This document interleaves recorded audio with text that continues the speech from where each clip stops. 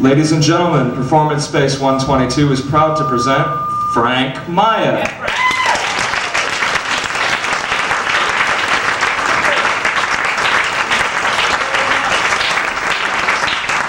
Thanks a lot.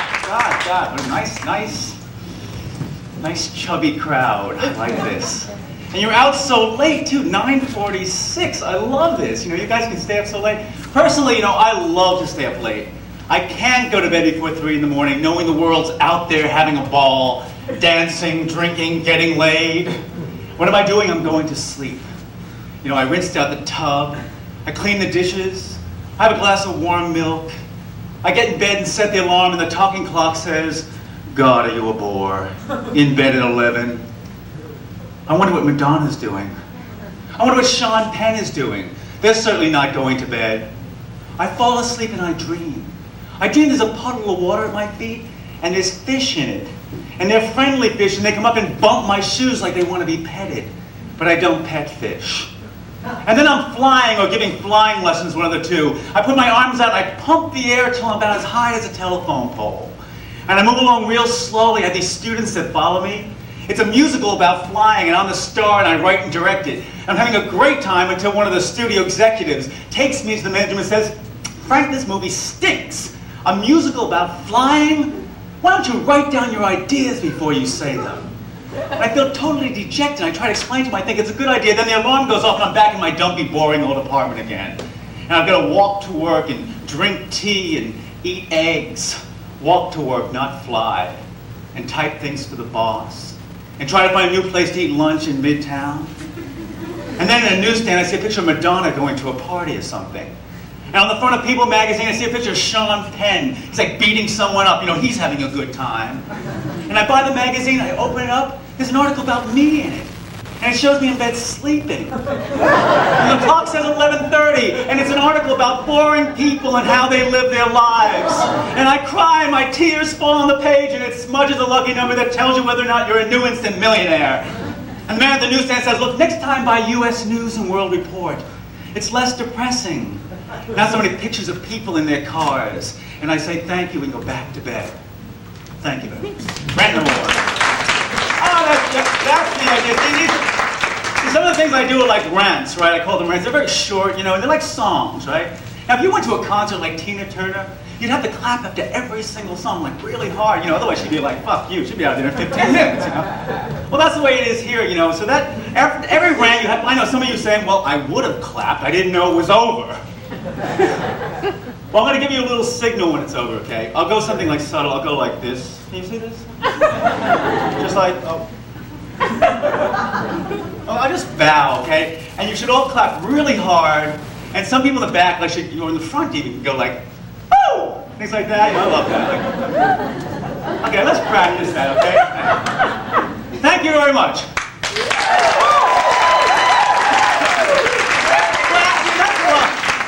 Kind of picky, that's good, but it's a little long because, we'll be here all night at this rate. So what you do is, like, you clap, do it again, and this time I'll go like this. Whenever I go like this, you just, like, cut it right off, That sounds great, you should try it, right? So practice again, really loud, all those, I gotta hear more of those, "Oh!" Yeah, and then just, okay, thank you very much. It's great. It's like an audience in Russia, I love it, People say Mr. Maya has a lot of control over his audience. Well, that's because we rehearse, I mean, the thing about child abuse is this, you read about it in the paper, you see it on television, you think, "Oh, this has nothing to do with me. These people are evil, they're horrible." Listen, child abuse is for everybody. It can happen in any home. You know why? Because child abuse starts with words. The way we talk to kids. You have to watch what you say to kids. I remember in my house, my mother started using this expression on us when we were like 6 or 7. She'd say, "When your father comes home, you're going to be beaten to a pulp." Really? What was worse, I thought she was saying beaten to a pope. I was Catholic, I used to mishear things a lot. And I pictured the whole thing happening. I pictured doing something wrong. My father comes home from work, starts smacking around the bedroom, down the stairs, into the living room, smacking me all around the coffee table, smacking me out into the front lawn, into the car. We take the car to the Long Island Railroad, all the way to Penn Station, smack, smack, smack. We take the train to the plane to JFK Airport, through the customs, up into the 747, smacking me up and down the aisles, knocking over stewardesses, all across the Atlantic Ocean, smack, smack, smack, until we finally land in Rome. Down through the customs again, through the back alley, highways of Rome, knocking over people, eating spaghetti, drinking cappuccino, pushing me into St. Peter's Square, until I finally smacked up against a man wearing a lot of robes. And I said, oh God, thank God the Pope. Oh, I feel so sorry for kids. I do. Kids have it hard. I mean, every kid has it hard for its own reason, right? Now, I think I had it hard because I had one of those really cool mothers, you know? My mother was really young and good-looking and blonde and very hip. This is like the late 50s. She always wore like tight pedal pushers, you know, those little shirts to match, you know? She was always kind of standing in the kitchen like this, you know? You know that kind of mother, like, big yellow Formica kitchen. She never really did anything in there. She was always kind of like, Mom, can we eat? Well, not now. It's like, you know, she watered the lawn like this. It was like, she even mowed the lawn. It's like, I love that. You know, I prefer the big Russian peasant woman type mothers, you know? The kind of mothers just make big pots of soup and just love every little thing you do. The kind of mother you just know you're never going to bump into at Palladium, you know? My mother didn't have time for things like cooking. No, she was too hip. And when she did cook, it was pretty bad. I know a lot of you probably have warm memories of your mother's cooking. I can tell by your faces, like Thanksgiving and all those holidays. I have no such memories. When I think of that holiday, it's like Thanksgiving on the Starship Enterprise. All I can remember is walking into the kitchen and seeing lots of pots of boiling water and plastic bags bobbing up and down, you know, the vegetables. Now, I came from a weird family. It's what they now call, I love this word, they call it a dysfunctional family. Don't you love that word? You hear it everywhere. Dysfunctional this, dysfunctional that. Oprah loves that word. Dysfunctional, dysfunctional, dysfunctional, dysfunctional. You know what it means, don't you? Fucked up. It's the polite way of saying fucked up. Actually, what it really means is that your parents got married too young. And right before the first child was born, they suddenly realized they didn't want to have any kids. Now, I was that first child. You know? So what they do is they make you into a little adult because they want someone useful around the house, you know. So by the time I was 5, I was doing things like going to the store for milk, you know, at 10 o'clock at night. Starting to learn how to use the barbecue. Now, you want to know how you can tell if you're from a dysfunctional home? It's a very simple test. It's very simple. Get a hold of your family photo album from when you're like 4 or 5 years old and look at it really carefully. Okay, if all the pictures of your are of your parents, you know you're in trouble. Because that means you took the pictures.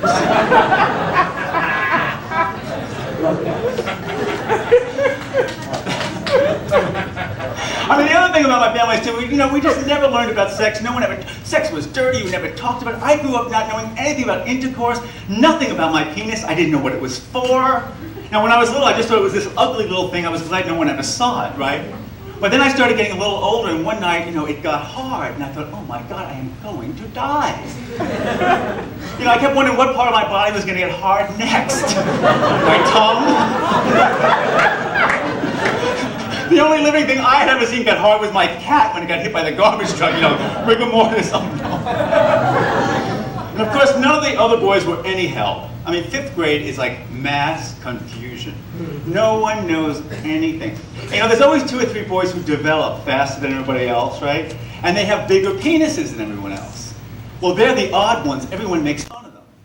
So there we would be in the shower. You'd have like 30 10-year-olds with tiny dicks making fun of the 3 kids with the big dicks. They're like... Now see, a smart parent could help those kids and say, look, don't worry, someday that big dick will come in handy. Or if you notice that your son has an especially small penis, you could encourage him to develop his personality, possibly go into politics.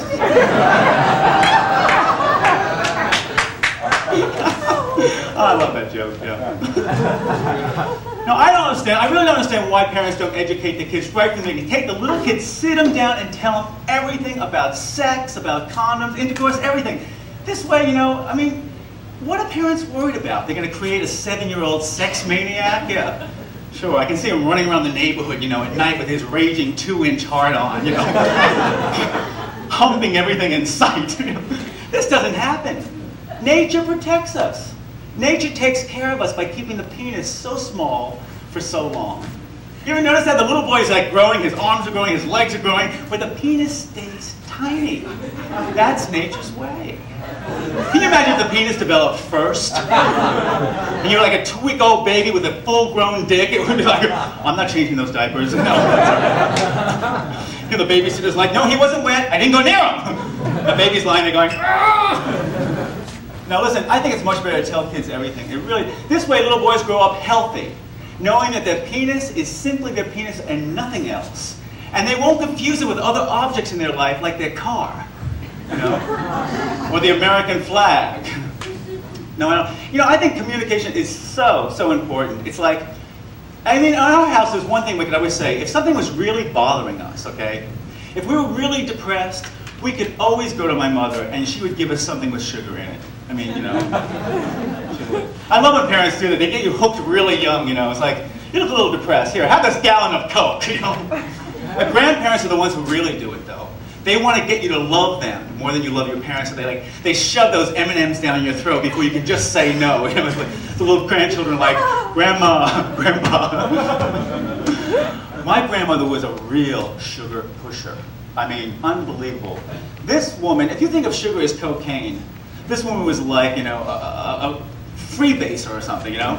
I mean, this woman used incredible amounts of sugar. I have this childhood memory. I swear, my mother said it's not true. My sister swears I'm making it up. But at night, I remember the Domino sugar truck, like pulling up to my grandmother's house, like in a chute dropping out into her basement. I mean, this woman put sugar on everything. She'd cut an orange in half, sprinkle both sides with sugar and say, now it tastes like something. And when she wasn't pushing sugar, she'd push Entenmann's cakes and pies.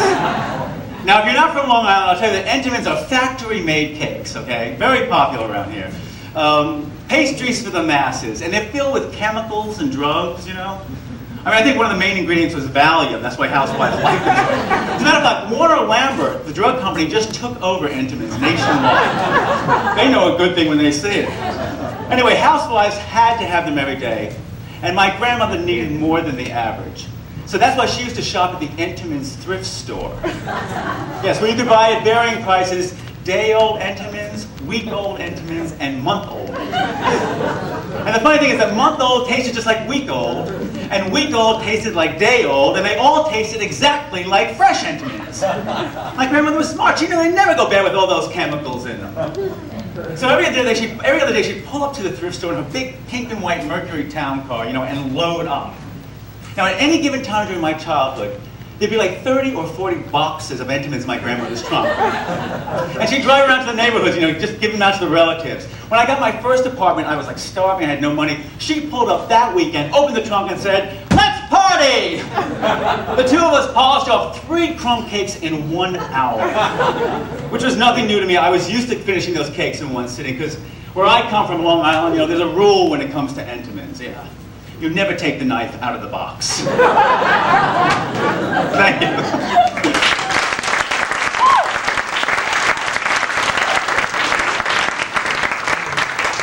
You know, I really want to talk to you a little bit about relationships and dating, because I can see it's on your mind. I can just see it. You know, I've been thinking a lot about it, because, I mean, aren't relationships like dogs? Yeah. Aren't they? Like, you think you want one. Right?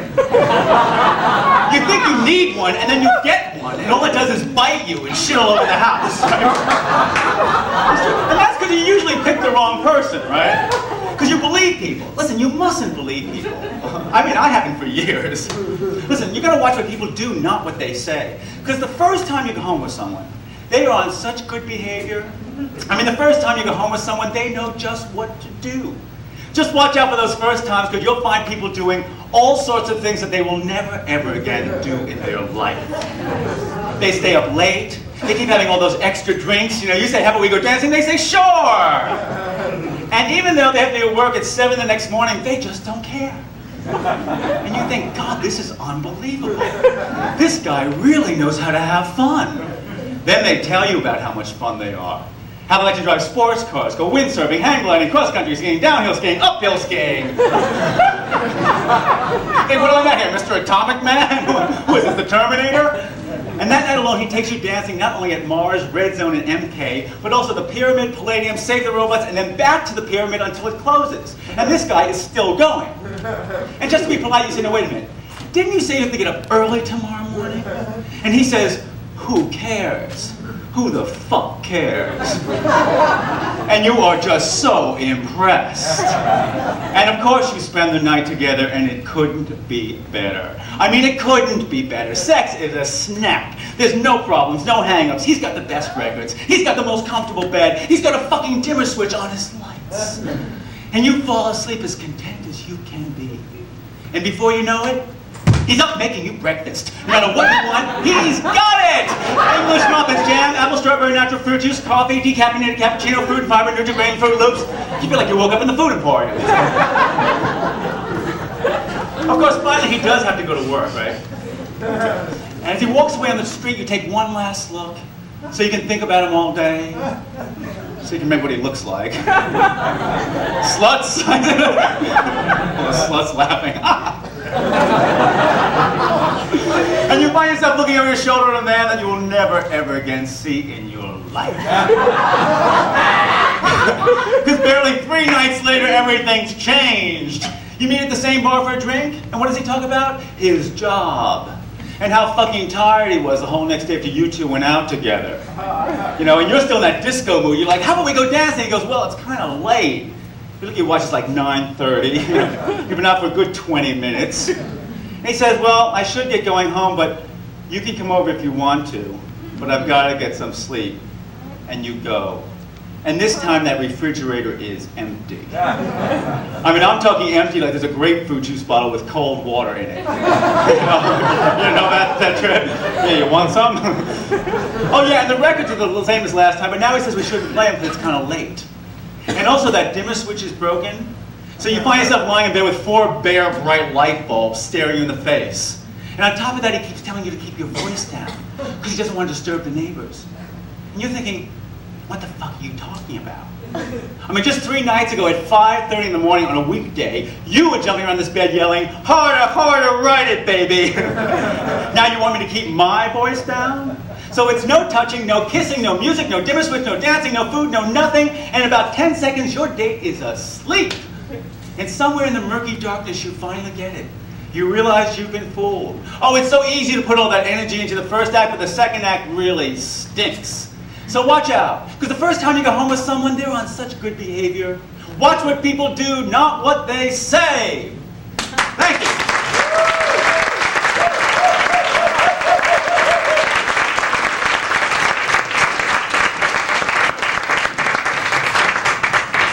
Now, I hope I didn't make my childhood sound terrible. I mean, every kid has fun in their own way, but like any other kid, I wanted to get out of that town as fast as I could. What town? Babylon, Long Island. It's like the David Letterman show. Yeah! Anyway, I got out, my way of getting out of it was to write letters to people in television, hoping I could get on a television show. Because I was in love with this idea of these children's stars, like Leave It to Beaver was on, okay, when I was a kid. And I thought, God, if you got to be like someone like Beaver, you'd have it made the rest of your life.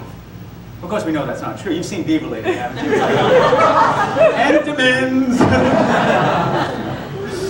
Yeah, I mean, I don't know what it is that they left to Beaver, but whatever it was, he ate it. Anyway, I copied all the names off the television, you know, and I wrote all these letters to people in California, and I thought I'd get an answer back, like, right away, you know, plane tickets, get out there, do a show. Nothing. This is like 7 or 8 years old. So I wrote for 3 years with no answers, and I was about to give up. And suddenly I get this letter back from Walt Disney. Now he was like the most important person I wrote to. I couldn't believe that he wrote back. Well, anyway, I carry that letter with me to this very day as a symbol of hope that you shouldn't give up.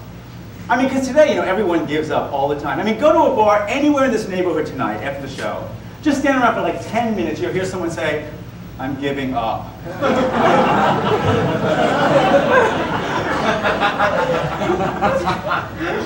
Anyway, I want to read you this letter because I just think it still kind of like moves me that he just spent the time to write it to me. I think it's great. Listen to this from Walt Disney. Dear Frank, stop bothering me.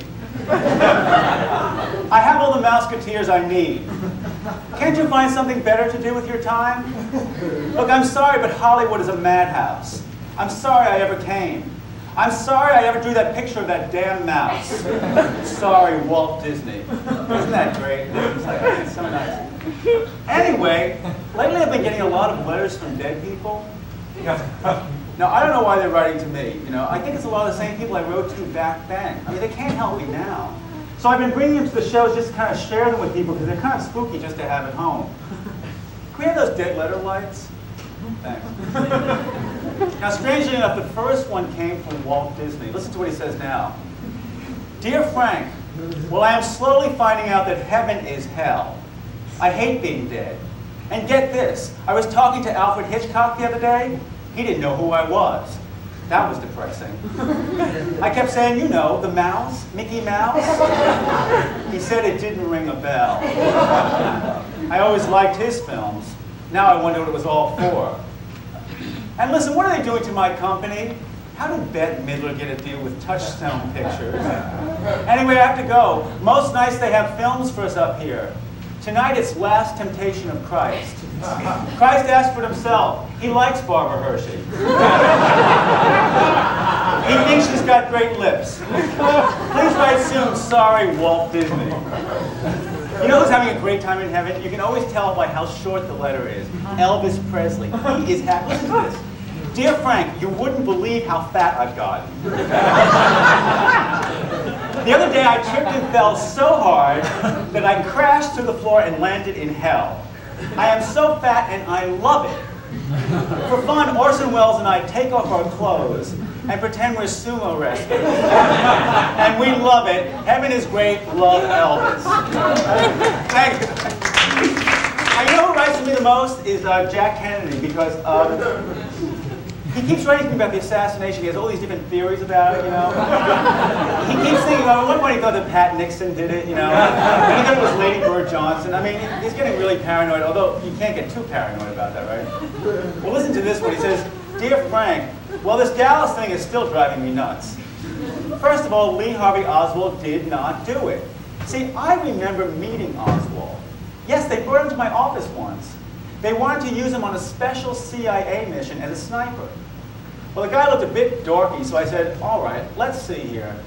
I had the FBI set up a target in the Rose Garden. And I just opened the window and said, Lee, hit it. Well, he missed it 32 times. I said, Mr. Oswald, would you mind waiting in the hall? Well, anyway, this guy named Bush, the guy who brought Oswald to my office, was totally embarrassed. See, I didn't know who this Bush fellow was, but apparently he was some CIA underling, trying to make a name for himself with this harebrained idea of sending a sniper, Oswald, into Cuba, disguised as one of Castro's personal samba band. So I said, wait a minute, Mr. Bush, what instrument is it that Lee Harvey Oswald is supposed to play? And Bush said he thought it was the conga. Well, I had the FBI set up a conga in the East Room. I put on a few Harry Belafonte records, and once again I said, Lee, hit it. Well, the guy couldn't play conga for shit. I told Bush that I would see to it personally that he never got one step further in the CIA, even if it killed me. The only thing I remember about Dallas is waiting an awful lot, and the next thing I knew was, boom, and here I was. Now, my first thought was that I just passed out. See, that would happen sometimes at Marilyn's house. We'd be drinking champagne to all hours. Next thing I know, it'd be like 10 in the morning, like, whoa, I'd already missed like 20 meetings. Well, that's what I thought. But when I opened my eyes, all I saw was Jesus Christ himself standing over me going, it's all over, Jack. Well, he didn't have to say another word. I knew what he meant, and boy, was I pissed off after all the work I'd done. Well, anyway, just forget that Oswald theory. And if you don't believe me, try to dig up that guy Bush if he's still around. I'm sure he'll confirm everything I said. Love, Jack. Now, I know, even in the dark here, I can just tell there are some people sitting in the audience going, these letters aren't real.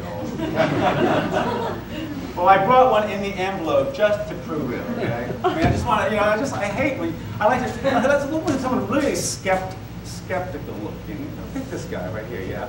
Just tell the audience who this is from. It's from Lenny Bruce. Okay, did you hear that? Yeah. From Lenny Bruce. Okay, there. I just want to keep it very honest here, okay?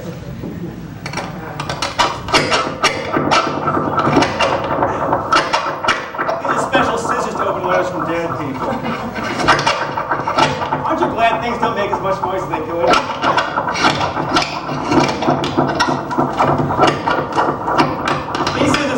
remind me a lot of my mother. You know, late at night when she'd be making those dresses, cutting out those patterns while I was trying to sleep upstairs. Mom! Jesus. From Lenny Bruce. Dear Frank, yeah, that's right, I'm dead. How's your career? Walt Disney said he was going to write to you, but I doubt it. The guy is so depressed. All he talks about is that mouse. For him, everything is either pre-Parent Trap or post-Parent Trap. Thank God we do get a lot of movies up here, though. Tonight we're seeing Last Temptation of Christ. The Blessed Mother thinks it's a comedy. Well, apparently Christ asked for it himself. I wouldn't know, he never talks to me. Yeah, here he's got the hots for Barbara Hershey. He says he can't wait till she's dead. Well, one more thing, is Diana Ross dead? I wasn't sure. I thought maybe she was in hell. See, we don't get that list. This place is just like Earth. We only hear about the people who make it. Love, Lenny. And this one, thank you. This one's from Alfred Hitchcock, one of my favorite directors. I can't believe he wrote to me. He says, Frank, heaven is lovely. I have to tell you something very funny, though.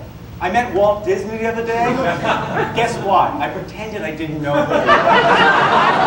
Well, the man was fit to be tied. As I walked away from him, he was screaming, Mouse! Mouse! Oh, we're getting to see that new controversial film tonight, Last Temptation of Christ. Jesus loves it. He thinks it's tame. He says the real story makes Last Temptation look like a Parent Trap. That remark put Disney over the edge. And this one is just like, I mean, these are like my favorite people. I just think this is from Louis Armstrong. Listen to what he says about the music scene. He says, the music scene here is wild. The only difference is that here, all sorts of people work together who wouldn't have been caught dead together down on Earth. Like Jimi Hendrix. He's already made 2 albums with Karen Carpenter. And let's see, Mama Cass is working with Glenn Miller and the Dead Andrews Sister. And Lee Harvey Oswald, God, he is in every band. Man, can that guy play the conga? Well, see, I mean, Earth's like that now, too, isn't it? Have you heard that new single by Liza Minnelli and the Pet Shop Boys? Have you heard that's true? Liza Minnelli is with the Pet Shop Boys. It's number 5 in England. I mean, it seems incredible. What's next, like Florence Henderson and Guns N' Roses? Get that Wesson oil out again. Now, this letter got delivered to me last Saturday night here. It's like brand new. It's from Irving Berlin. He says, Dear Mr. Maya, personally, I have never heard of you.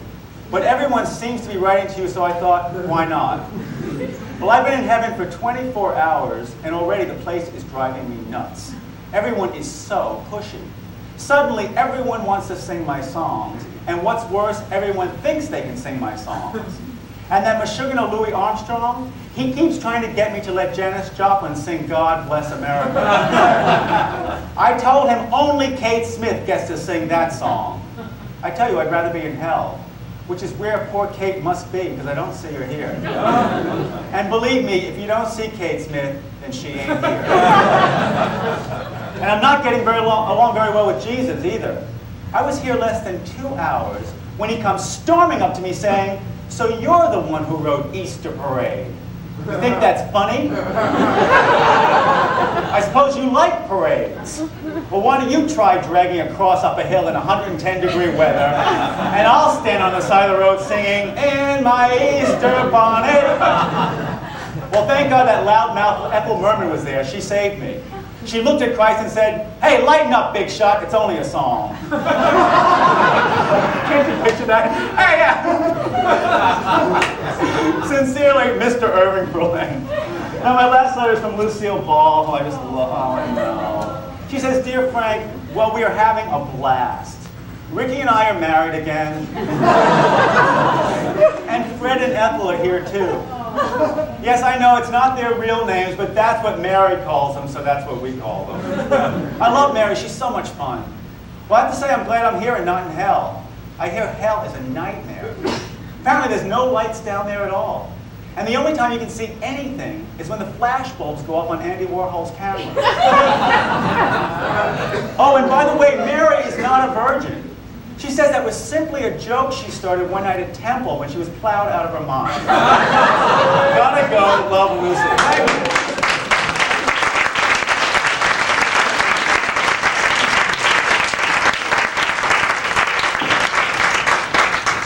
know about you, but I've been catching up on so many old movies lately. A friend of mine lent me a VCR, and it's like a whole new world to me. There's all these big movies that I missed in the 70s. I guess I was like busy or something, learning the hustle. I don't know why. I never did quite get. Did anyone ever learn the hustle? I don't think so. It's a big state secret, you know. Dun, dun, dun, dun. But anyway, I mean, when you rent videos, you always think like, if it's a big film and you've never seen it, you think like you're the first person to ever see it. Like I rented Taxi Driver 2 weeks ago. I was like, oh my God, this is so great. I walked around all week going, you talking to me? So I mean, like, you know, people going, get out of here. And the film The Exorcist? No, I never saw that. Because I skipped that for a different reason. See, like Catholics believe in that shit, right? You know? I mean, I know a lot of Catholics who were like put away after that film came out. So I would think if I waited like 16 years or 14 years, it wouldn't be so scary. Well, it's not so scary, actually. Although it's really, I like the film. It's like, we're talking about dysfunctional families, gee. It's got some great classic lines in it. I mean, I love that part where Ellen Burstyn says, "That thing upstairs is not my daughter."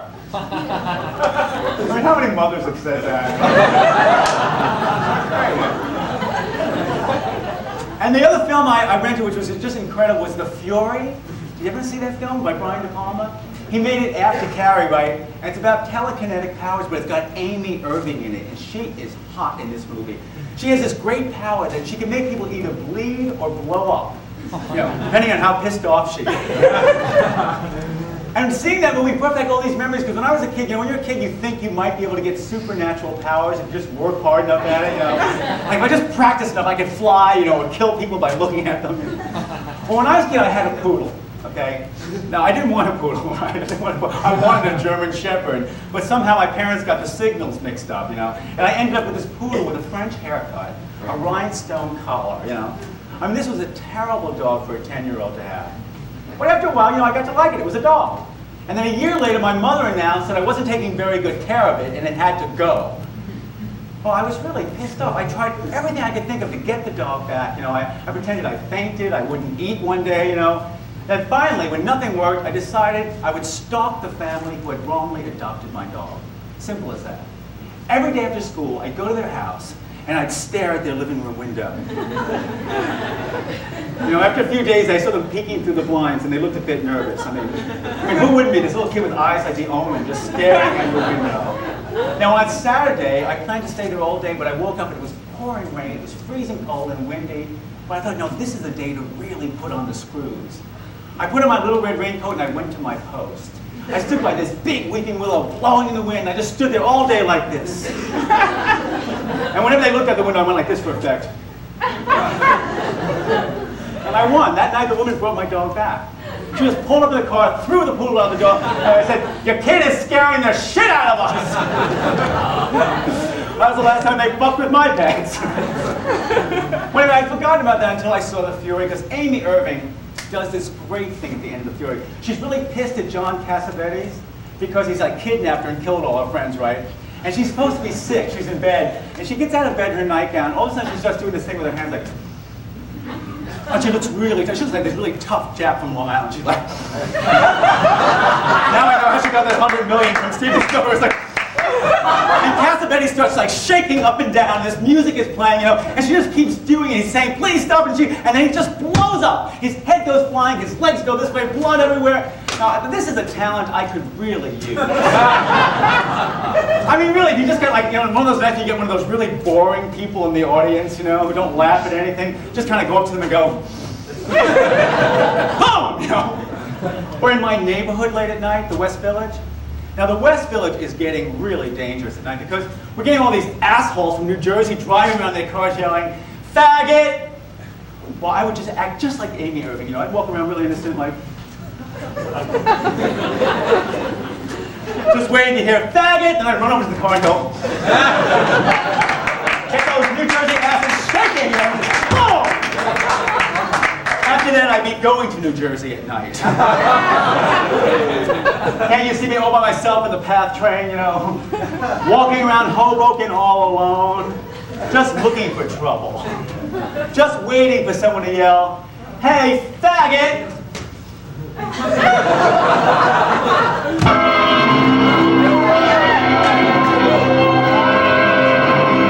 Boom!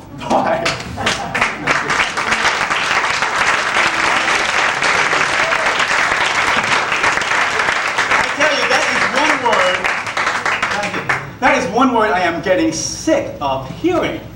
I mean, you hear it from these guys in cars driving by, you hear it from rap groups, and you hear it from comedians all the time.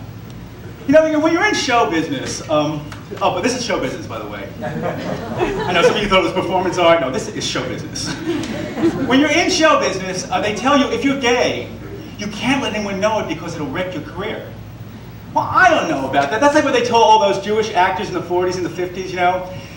No one can know you're Jewish, it'll wreck you. Remember all those actors that no one knew they were Jewish, like Lauren Bacall, and Tony Curtis, right? His real name is Bernie Schwartz, and Paul Newman. I mean, this is, people going, Paul Newman's not Jewish, what are you talking about? It's like, no, these are Jews in movies. You know, and now no one cares. Now it's great to be Jewish. I mean, now it's big box office. Woody Allen, Bette Midler, Whoopi Goldberg. I mean, it's like, see, no one cares now. Well, anyway, I'm going on this tour of America, okay? I'm going 26 cities, okay? Which is really kind of scary, because, I mean, I've never been to America. And I think when I go into the hinterlands, it would be really good for them to know that I'm gay, right? I mean, I think they'd really appreciate it, don't you?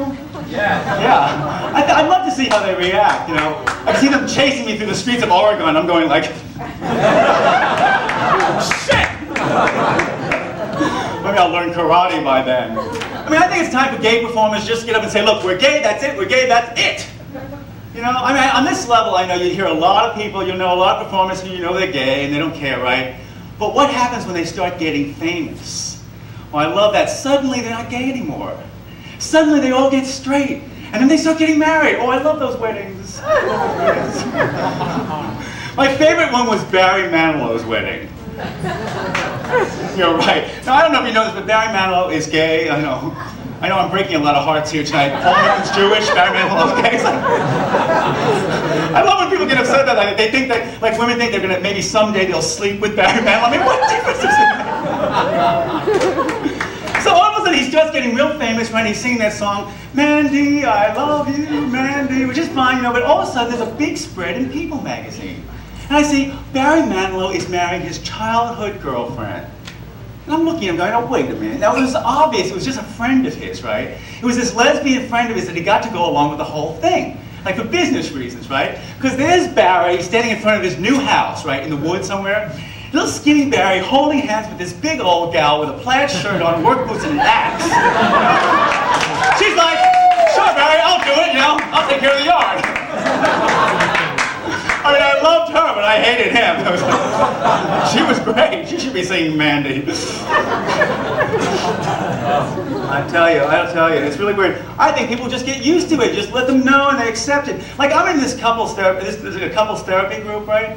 It's gay couples and straight couples, okay? Now, at first, everyone was very uptight, right? Because, you know, like straight couples think of gay men as having sex all the time. They're like, would you sit over there? It's like, well, they were very relieved to find out that gay men, when they finally get into a relationship, stop having sex too.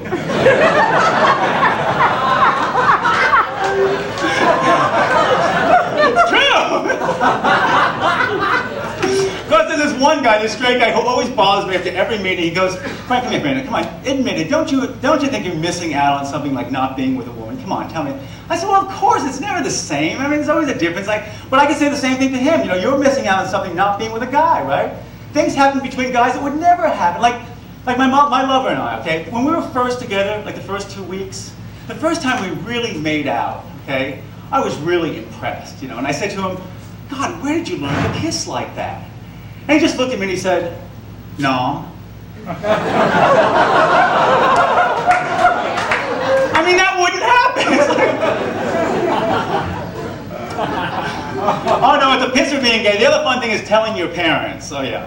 I mean, for my generation, you know, a lot of people just like get really. Now these days, I know kids tell their parents like when they're 12 years old. You know, like, I'm gay. That's it. They walk out of the house, they get a job. I didn't tell my parents till last year. Okay, on the phone. I was very nervous. I wasn't really worried about my mother, but my father is really serious Catholic, you know, and Latin too. As a matter of fact, I think he's gay too. And I said to him, I said, Dad, look, I'm gay, that's it, I don't want to talk about it anymore. And there was this big silence, right? And the first question he asked me, I swear to you, he goes, let me ask you a question. Is Mayor Koch gay?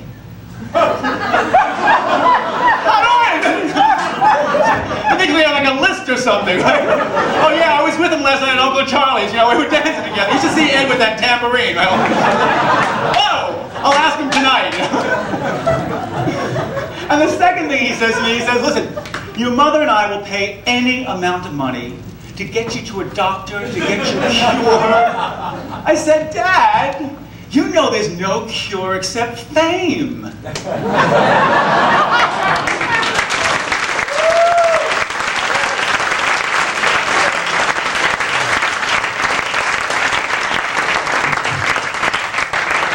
Oh, yes. I have so many drinks back here. Is anyone thirsty?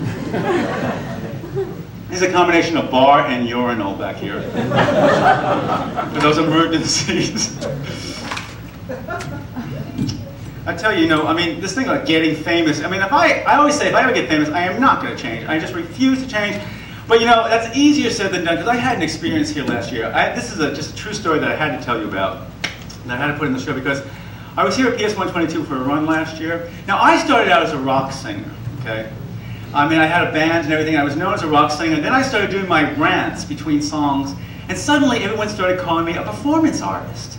You know, I didn't even know what it was. You know, I thought, okay, fine, give me a grant. You know, I'll do it. You know. And then I started getting, you know, this started getting a little funnier, and people started calling me a comedian. I thought, comedian? You know, at first I was really insulted. But then I thought, yes, comedian. It like clicked in. And I started doing all these things that I never did before, like watching David Letterman every night, Johnny Carson, taping HBO specials, you know. And the thing I noticed was that comedians dress differently than I do. They just don't dress like this. They wear big sport coats, you know, and they love those big, like, Bill Cosby sweaters with patches all over them. Everything's, like, big, you know. And I thought, God, maybe I should look like that. And I thought, oh, no, it's too much trouble. Forget it. So anyway, it was opening night here at PS-122, and I was, like, coming here for a sound check at 6 o'clock. And I come in and I go upstairs and they say, oh, listen, HBO's coming tonight. Well, right away I thought, oh my God, I've got to look different. I've got to get a different shirt. I mean, this is ridiculous. I went into this fever pitch thing, you know. And I went through sound check. I couldn't even pay attention to sound check. And I had an hour to get back to the show, and I ran out of this place like sweating. I was a maniac. I jumped in a cab, and I went over to 6th Avenue and 8th Street where all those like cheap stores are, like Wings and Weber's and everything, like, you know. And I was determined to get a new shirt. And I went into those really narrow stores, you know, with like thousands of shirts, right? And these sales girls come in with these big hairdos and all this makeup and gold. I said, listen, I need a shirt. I'm a comedian. He's a comedian. Get him a shirt. Okay. And they're running up and down the aisle going, you're a comedian. Okay, give me a comedian. You're so cute. I love that. And they're putting these shirts over my head and black shirts and all these sparkly things, you know. And I'm going, no. And then all of a sudden they come running down the aisle with this big red shirt, right? I think, red. I never wear color, right? And it was one of those big shirts with Russian letters all over them, you know that kind? Those backwards letters and everything. I thought, oh, this is so cool. And down here was like a patch, right? And I thought, oh God, this must be a picture of Lenin or something, or the May Day parade, you know? But I could barely see because the mirrors are all like this big in the store, you know? And so I said, well, this is good, you know, how much is it? And she said, it's $58. I thought, oh God, I can't afford this. She said, you're a comedian, you've got to take this shirt. Well, let me show you the shirt first of all. I did buy the shirt. I swear to God, this is the real shirt. Now, as you can see, these are not Russian letters. Like I said, I bought it rather fast. This says B-52 on it. This is not a patch of Lenin. This says boom. Well, I didn't realize that. I got in the cab. I had like 15 minutes to get back here. I get in, and when I put it on, I realized, oh my God, it's got this great collar. You know, I zipped it up, and right away, I just felt like a comedian. I just felt so cool. It was like, you know, where you're from? I love you. You guys are great. You know, it's like, so I get here, I'm feeling really good in my cool Russian shirt, you know. And the door person, I walk in, the door person there, she looks at me, she goes, nice shirt. I thought, what, jealousy? Just because the rest of these performance artists don't know how to dress, you know, don't take it out on me. But my confidence level went right down. I thought, what is wrong? So I ran up to the dressing room, and that's when I first saw it in the mirror, and I thought, B-52s? I thought it was the wrong shirt. I'm looking at it, boom, I would never wear a shirt like this. But you know how it is, you spend $58, and I thought, fuck it, I'm wearing this fucking shirt.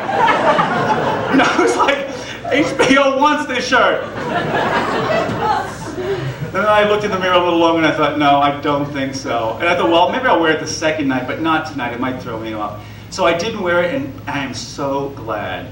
This is absolutely true. I came out, the audience was packed like this, And right in the front were these like married to the mob types, you know? And there was 3 guys, you know, wearing these really slick suits and their girlfriends. And the girlfriends had on gigantic hairdos, gold earrings, you know, these tight pants. And you know those big shirts like with giraffes on them, like with all that glitter, you know? And right in the middle is a woman wearing this shirt. You know, and leopard skin pants, stiletto heels, and she's sitting there going like, you know, I mean, if I had won this, HBO would have thought like we were a team or something. I mean, like, I wouldn't know what to do. I would have killed. Actually, I would know what I would have done. You know, I would have just looked at her and I just would have gone like.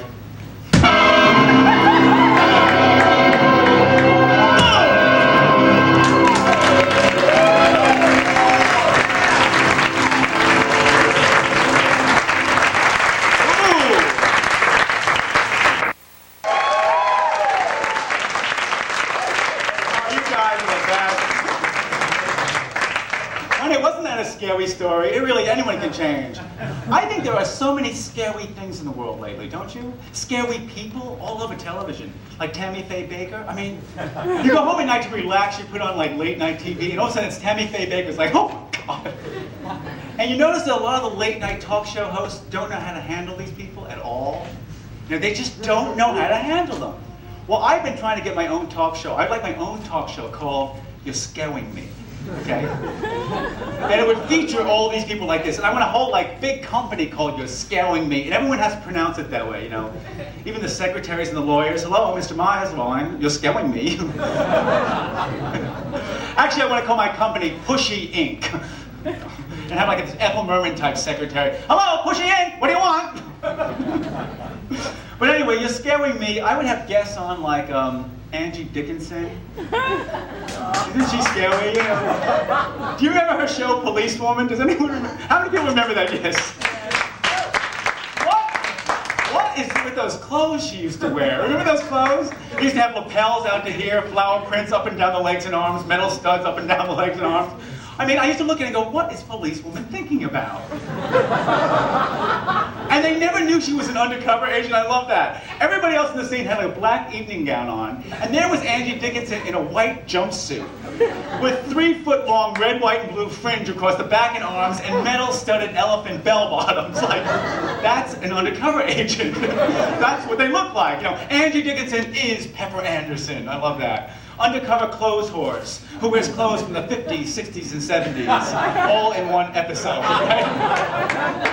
Well, anyway, Angie inspired this whole talk show idea because I saw her with Anna Johnny Carson, and she was scary. She scared John, believe me. She looks very sexy now, and she's on there, and Johnny says to her, this is true, Johnny said, Angie, do you miss doing Policewoman? And she looked at him and she said, John, you know what I really miss? I miss the feel of a machine gun in my hand. Well, you know Johnny Carson has a lot of comebacks. He didn't know what to say. He looked at Ed McMahon, they both looked at Doc Sevens, and it was like total silence on nationwide TV. Now on my show, I would know what to say. I just look at him and go, Angie, you're scaring me. And we'd go to a commercial, we'd come back, the chair would be empty, right? I mean, that's the way the show works. All the scary people, as soon as they scare me, they're gone, right? And on the couch, I would have all those afternoon detectives, you know, Angie Cannon, Barnaby Jones, Jack Lord from Hawaii Five-0, you know, my scary friends. Think of all the people I could have on. Oh God, like people like Zsa Zsa Gabor now. Oh, I love Zsa Zsa Gabor. I love what she said today when she got convicted.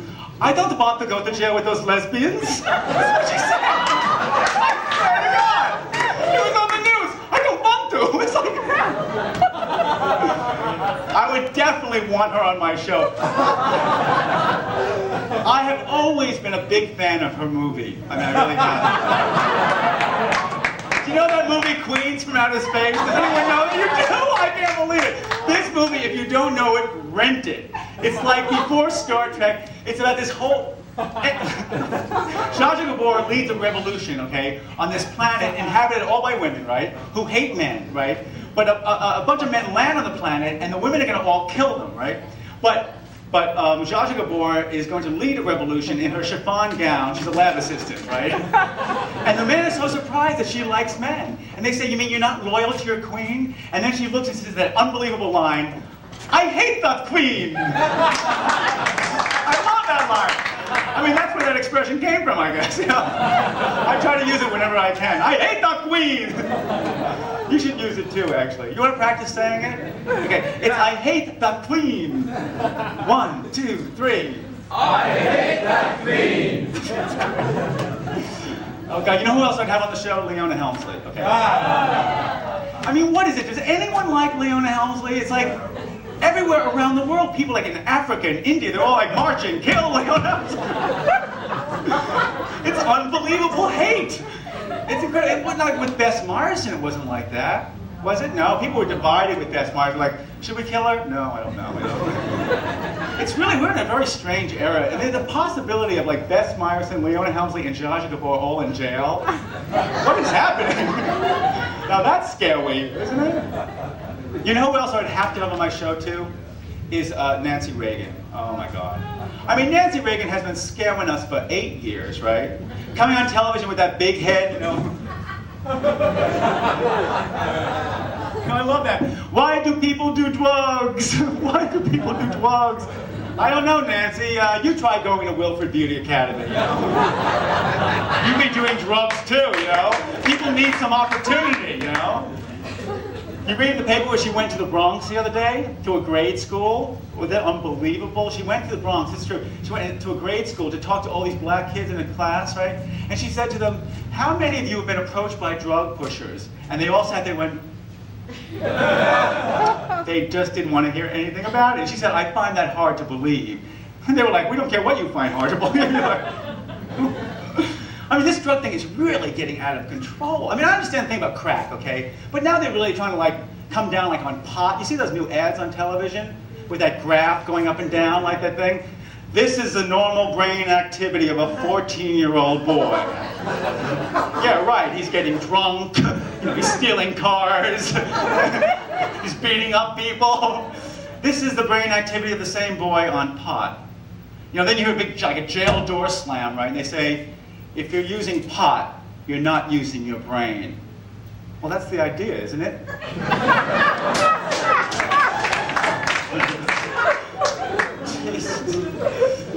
Nancy Reagan, I tell you, she doesn't give a shit about drugs. She's pissed about something else. I don't know what it is. This drug thing's just a cover-up, really. She's probably pissed at those kids now, because now she's going on drug busts. You see that in LA? They actually took her on a SWAT team bust. There she was in the Post, in a SWAT team orange vest, with her pin here, the Reagan and the number, and that big flammable hairdo. I mean, I can't believe they let her. Can you imagine yourself sitting at home smoking pot, right? And the front door blows open, it's like Nancy Reagan. Ooh, you're scaring me! Nancy Reagan is policewoman! Oh, Jesus, I tell you. Well, actually, I'm really glad I'm going on this tour. I'm really glad I'm getting out of this city, because, I mean, I like New York City a lot. But you know how it does, it just like starts to get to you. No matter what you do, I mean, how many people have lived here more than 5 years? Dysfunctional.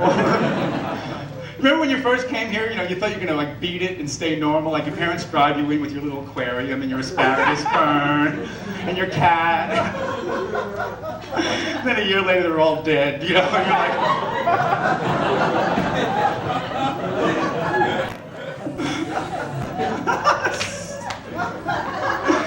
I'll tell you something, I mean, and we all try to keep at least one relationship here in the city, you know, with someone who's normal, with someone who we can talk to every week, you know. Usually we pay this person. But I had an experience last week with my person, my therapist, I have to tell you about.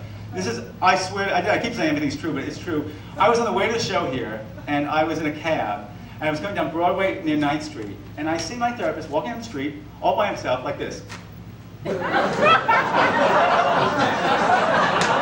was like singing so low in the cab, I'm going, get away, get away, get away, get away, and the cab driver's getting closer, he's going,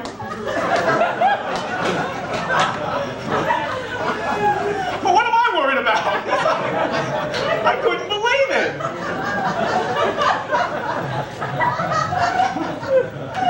And the other thing about New York is like, we have so much, we're so involved with entertainment. I mean, there's like, everyone's always talking about movies. Don't you love when people ask you what movie you saw last week?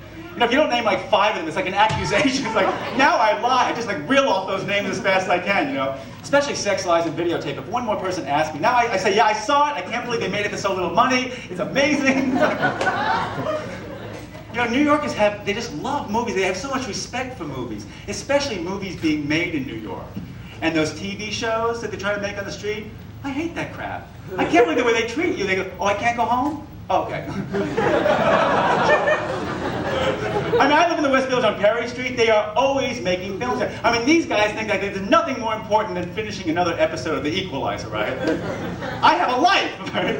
I come home at 5 o'clock, and the whole street's blocked off, and there's all my neighbors, all these little Italian women going, oh, we can't go home. They said we can't go home. I don't know, we can't go. They had a grocery. I don't know, what do you want to do? You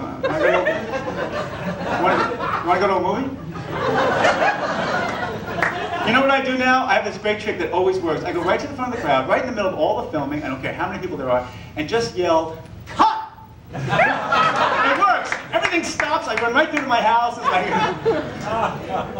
and they get pissed off. The other thing too is like, the one problem I'm having, like, I really like the idea of exercise. I know everybody in New York City wants to exercise, and there's so much pressure to exercise, you know. I mean, I like the idea. I'm 35 now, and I joined a gym like this year. But you know, at this age, your mind and body kind of go 2 different ways, you know. You know, like I'm trying to get in Olympic shape, you know, and my body is getting ready to die. It's over.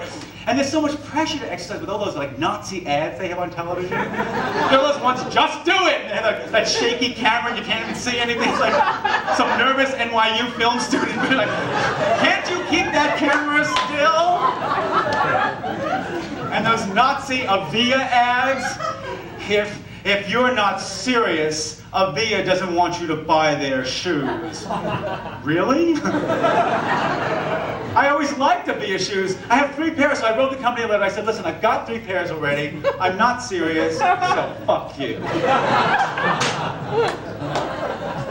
I think in New York City we need special products they shouldn't sell to anybody anywhere else in the country. Like the rest of the country can have sunblock. We don't need sunblock, do we? It doesn't look like we need it here. We don't need sunblock. We need things like Bohr block. Okay?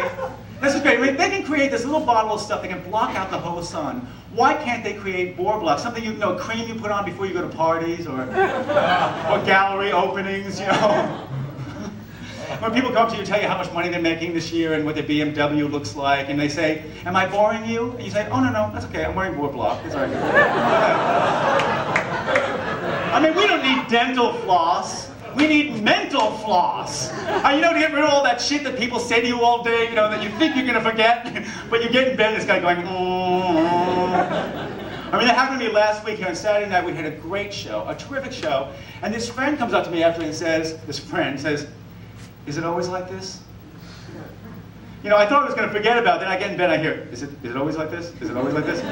That's why we need that mental floss. Just get it out of our brains, you know? Oh, God. The other thing, big issues come up in New York City that would never come up anywhere else. There was a 2-page spread in the Times about the controversy over Barbie. Do you know about this controversy? Where they think Barbie's racist now, the whole company. Because they finally realized that Barbie's based on like Adolf Hitler's wife or something, I don't know. And you know, so now they want to do these international Barbies. They're doing international Barbies to try to like offset all this, you know, this kind of pressure. And I saw those international Barbies, they were a riot. They look just like Barbie, but they have slightly different color skin, right? Like a little tan, a little green, you know, a little brown. And they have names like Taco Barbie, you know, her Mexican friend, you know, Aloha Barbie, her Hawaiian friend, you know, and Klaus Barbie, her German friend. I hate that queen. I hate that Klaus Barbie, it's true. I tell you, I do like this crowd time. We had an audience here the other night, Thursday night. It was unbelievable. They didn't get anything. It was like a real Diamond Streisand type crowd, you know? You know what I mean? Like Light FM. I don't know what show they thought they gave. You know that kind of crowd. I mean, you know, you say the word fun to them and they say South Street Seaport.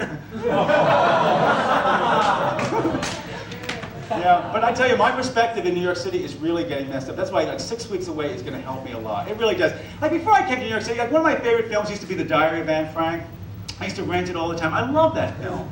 But before I moved here, whenever I watched the film, I was thinking about how sad it was, how that family, I used to say, how could those people ever survive in that attic for 3 years? Now when I watch it, all I can think about is, God, what a great apartment! I want that apartment, Anne Frank! I don't care if it is in Holland, I want it! Oh, I shouldn't make fun of Anne Frank. It's probably bad karma, isn't it? Although now they say that she didn't write the diaries, you know that? You see that in the Times? They say everything eventually, right? They do. They said a group of people wrote it, like fake, it was like a corporate Anne Frank. It's like Pepperidge Farm. There's no Pepperidge Farm. There's no farm. Try visiting Pepperidge Farm someday. I tried one day. It's this big, dirty factory with migrant workers chained to tables making mint Milanos for you. Pepperidge Farm remembers what? Slave labor? I'll tell you. Do you think, I don't know if you think this or not, I'm really thinking that America's getting dumb. Don't you think so? Like something's happening. It's really, one way that I can tell, I think that, oh, I'm getting rid of this.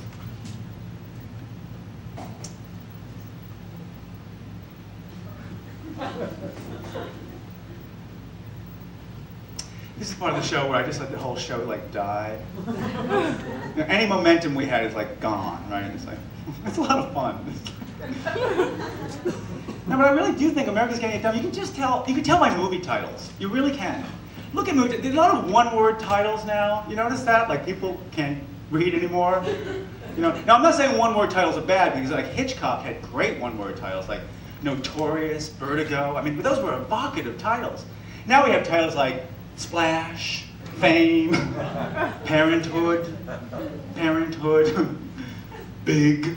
That was the best one. Big. Get it?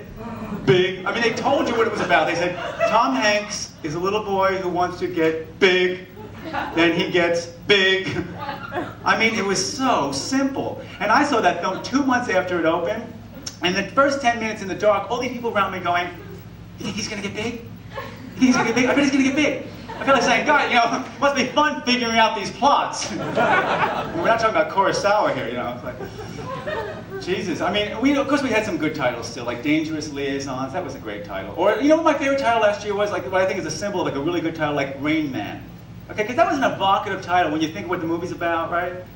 I'm just glad the producers of Big didn't make Rain Man. Can you imagine they would have called it something like Retard?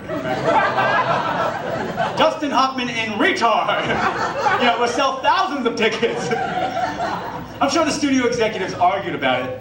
Rain Man? Rain Man? What is this, about an Indian? I thought you said it was about a retard. Well, call it Retard. Don't get fancy on me. We want to sell tickets. The other thing that absolutely frightens me about American films is I can't believe that American films are still all white. I mean, there are no black people in American films, in big films, is it? No, some people say, oh, I saw a black person, Yeah, there's like one, usually. What? Either it's a store, or it's like, I love those teenage films, all these rich teenagers hang around together, right, in suburbia, and they have this one black friend. I love that, Where does he live? He never goes home, you never see his family. I mean, the only time you see a lot of black people is like, in a film is like Cotton Club or something like that. Tap dancing film.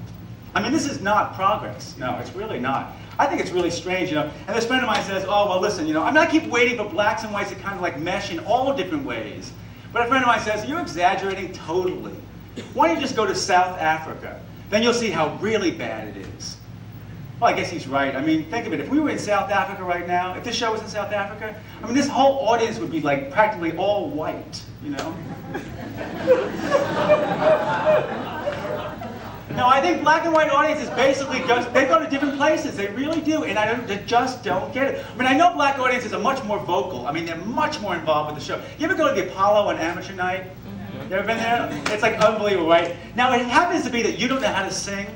That audience will let you know. Now, a white audience would let you know. They would never let you know. You'd be up there going, and they go, oh, he's cute. Well, maybe he's sick,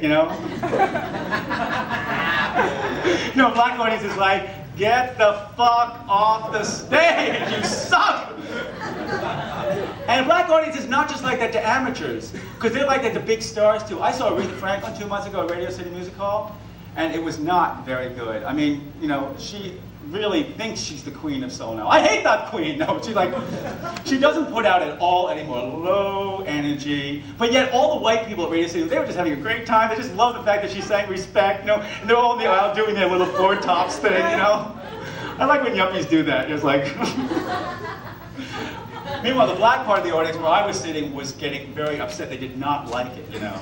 And Aretha's up there going, "What you want, baby, I got it. What you need, you know, I want it. Respect." I mean, the orchestra was playing like great, you know, but she's just low energy. And she's also lost touch completely with her audience. She's like totally catering to the white audience now. She said at one point, she stopped the show in the middle, and she said, and the lights changed, she said, "Folks, I want to take you back." And all these people started saying, "Yes, take us back," because they thought she was going to sing some of those old songs, right? She said, "I want to take you way back to the days of radio, to the days of your show of shows. Imogene Coca, Red Skelton, Sid Caesar." It was like, these black girls near me yelled, "That's too far back." I swear to God, this other black guy yelled, "I'm glad someone remembers this shit." See, I think that's great. I like when an audience lets you know how you're doing, you know? I mean, not tonight, but like... No, I really do. And black audiences are like that very much in movie theaters too, which I think is great. If they don't like what the character is saying, they will tell the character. Well, why not, you know? But white people get very upset. They're like, "Keep quiet, I paid $7.50, I went quiet, I went quiet, I went quiet." So what happens is white audience start trying to find their own movie theaters. Like, you know, where they're pretty sure they won't run into any blacks, like Gramercy Park or the Upper East Side. It's like, see any black people? Okay. Let's go see Woody Allen. Because in Woody Allen, you don't have to worry about seeing any black people, even in the movie, right? No. I mean, if there's any blacks in Woody Allen, they're always maids. I love that. He makes all these films about New York, and they're all the actors are white and straight. I think that's great. I'd love to see a new Woody Allen film where Woody Allen and Mia Farrow are in the Uptown Broadway Express late at night, and they fall asleep. And they forget to change at 96th Street. You know, Manhattan Part 2. Woody finally meets some black people. Yeah, so I think movie theaters are a lot of theaters are very segregated. When I first came to the city, I didn't know that really. I really didn't know that. I was in the mood for a really serious film. Kramer versus Kramer was out. And I wanted, like, everyone told me, if you want a good cry, go to Kramer versus Kramer. So I thought, great. So I look at the paper and I see it's playing on Broadway, you know, at 10 o'clock on Saturday night. I thought, God, this is great, you know. I just took the subway up, you know. Well, I went into that movie theater, it was wild. It was mainly black and Hispanic. They were having a ball. They were throwing things, they were laughing. I mean, they didn't care who got the kid. They could care less. Every time Meryl Streep came on the screen, they yelled, "Bitch! Bitch! Bitch!" Meryl Streep is the white woman, boy. She gets all the parts, man. She's putting everyone out of work. Anyone with an accent, just send them back. We don't need them anymore. Now, I'm not making fun of Meryl Streep, because Meryl Streep, I think, is great. Did you see that last film she made? I mean, I think this is the best film she ever did. Cry in the Dark. How many people saw that? Not too many, actually. Probably too many words in the title. I don't know. It's like... You should rent it, though. It's great that she plays an Australian housewife, right? Who goes camping, and the first 10 minutes of the movie, a wild dog eats her baby, and they call them, it's true, and they call them dingoes. But for the rest of the movie, everyone thinks that Meryl Streep actually killed her baby. So she walks around defending herself saying, "Dingo ate my baby!" She says it like 400 times in the film, right? "Dingo ate my baby!" She tells anybody, "Dingo ate my baby! Dingo ate my baby!" Now see, that would have been a better title. And you all would have seen it. Or just Dingo. Meryl Streep and Dingo playing next to Retard and Big.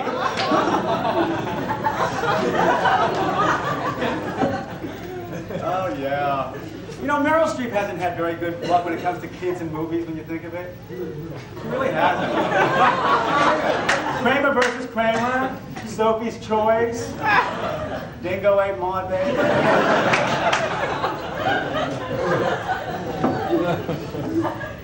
You know, I'm doing an off-Broadway show next year, and I was going to call it Frank Maya and You're Scaring Me. But actually now I think I'm going to call it Frank Maya is Dingo ate my baby. I don't know, I think it would be so kind of cool, you know, like, oh, God. I'm practicing for my Gap ad.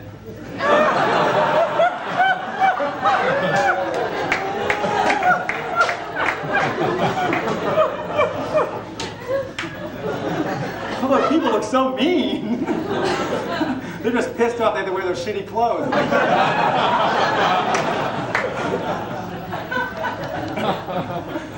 You know, sometimes I really feel like my life is just like one of those old movies. You know those black and white movies from the 40s? The ones where there's that big house up on the hill, and the person in the house is being treated really badly by their mother, or their lover, or whatever, right? And the character is just trapped. But they're not really trapped, they just think they are. You're sitting there in the movie theater going, well, why don't you just leave? Why don't you just fucking leave, you know? When I was younger, I couldn't understand why in the world a person in a bad situation, whether in real life or in a movie, didn't just pack up and get out. But see, I was naive. I hadn't thought about things like joint bank accounts, who gets the kids, the car, the apartment, the house. But even though I now know it's harder, I still say it's better to do what all those kids in the movie theater are saying. Get out of the house! But people say, oh, I can't leave right now. I just paid for that new bookcase, that new wall-to-wall carpeting, that new kitchen floor. All these things that you can't take with you, right, because they're built in. Well, fuck the bookcases, fuck the carpeting, who the fuck cares in the long run? I mean, you're not going to take that shit to the grave with you, are you? Maybe you are. I can see it, a very deep hole. First they lay in the coffin, then the loft bed, the kitchen counter, the wall-to-wall carpeting. They just drop all that shit in a big hole and bury it with you like you were fucking King Tut. Well, you can do it if you want to, but I mean, I wouldn't. I mean, that shit might follow you to the hereafter. And who wants a butcher block counter from Conrans in hell? You don't need it, you know? Listen, play the fire game. Get rid of that shit. The fire game is such a great game. You pretend you're out at a club, right? Like dancing till 4 in the morning. And you invite all your friends back to your house, like to see your new stereo. And when you get home, you realize your apartment building has burned down. Now what are you going to do? Be like those people they show on TV after a hurricane or after a firework factory blows up in their backyard. They show them standing in front of a big pile of shit that was once their house, and they're saying, that was our life. That was everything we ever had. We'll never be able to rebuild our life again. If that's all you had, then maybe you should have been in the house when it fell down. That's not all you have. You've got you. So take you on a bus and get you the fuck out of here. You can start all over again. It's all in your head. Just get away from your friends. You get a little job in a 5 and 10 selling socks. You start small. And you save your money up and you save it real good. And first you buy yourself a toaster. And you stay there and you say, okay, now I've got a toaster. You go back and you sell some more socks and you buy yourself a chair and you sit. And you sit there going, well, here I am, looking at my toaster. Better get back to work. Before you know it, you've got a toaster, a chair, a bed, and a rug, and soon you own the sock factory. And you got more toast and socks than you know what to do with it. And then one night you leave the toaster on too long and it burns down the whole goddamn house again. And you just know you can't say you lost everything you ever had. You couldn't possibly do it again because you've been through that shit. You can do it over and over again. So that when they do come to interview you, those little news vampires, and they set you up on your front lawn in front of your burned up split-level house in God knows where in suburbia, and they say, how does it feel? How does it feel? And they cut to that big pile of burning rubble, then they cut back to you, and you say, that house? That piece of shit? I hated that house. And then right on camera, you go over and you kick over the last post of that house, and hopefully it hits one of those newsmen right in the head. And teaches them a good lesson, because they are one people I do not understand.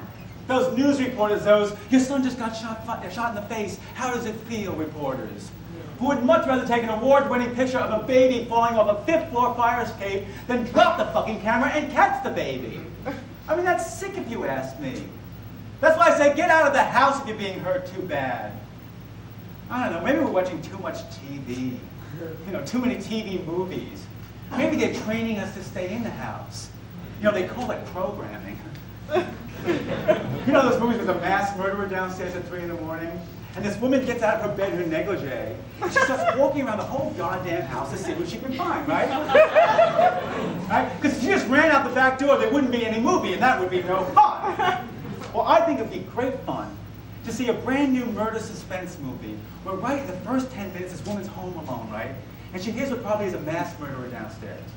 Instead of walking around the whole goddamn house in a negligee, she runs out the back door, calls the police, they come and get him. In 10 minutes, the movie's over, the lights go on, everyone gets up. People would be so pissed off, but it would be so funny. Somebody finally does in a movie what any of us should do. Get up and run. We have enough trouble. We don't have to hang around when we see it coming. It's like Ruth Polsky dying on the front steps of the Limelight. Do you remember that story? It was like 3 years ago. Ruth Polsky was a woman who was a very important person in the music scene here. She used to book a lot of bands. And there was a benefit at the Limelight Club, which I was in. And just when Ruth arrived, she was waiting to get into the club like you always have to wait. And a cab jumped the curb and killed her right on the front steps. Well, it was obvious to us, we should call the show off. Cancel the show. But people said, no, keep the show going. That's what Ruth would have wanted. What? Is that what you would have wanted if you had just died on the steps of the Limelight? Can you imagine dying at that shitty club and they keep the music going in honor of you? That is not what I want. No. I want them to cancel the show, close the club for the night, the next day tear down the club. Put in a big park, a big statue with my name on it saying, this is where he died. That's what people want. No funeral. That's what he would have wanted. No flowers. That's what he would have wanted. Are you kidding? I want a funeral. I want the Pope at my funeral. I'm not this Pope, another Pope. I want flowers from around the world. Snapdragons from Mozambique. Tulips from Alaska, daisies from Hawaii. That's what people want. People get so mixed up. No music. Keep the music going. No funeral, no flowers. Are you kidding? Get out of the house.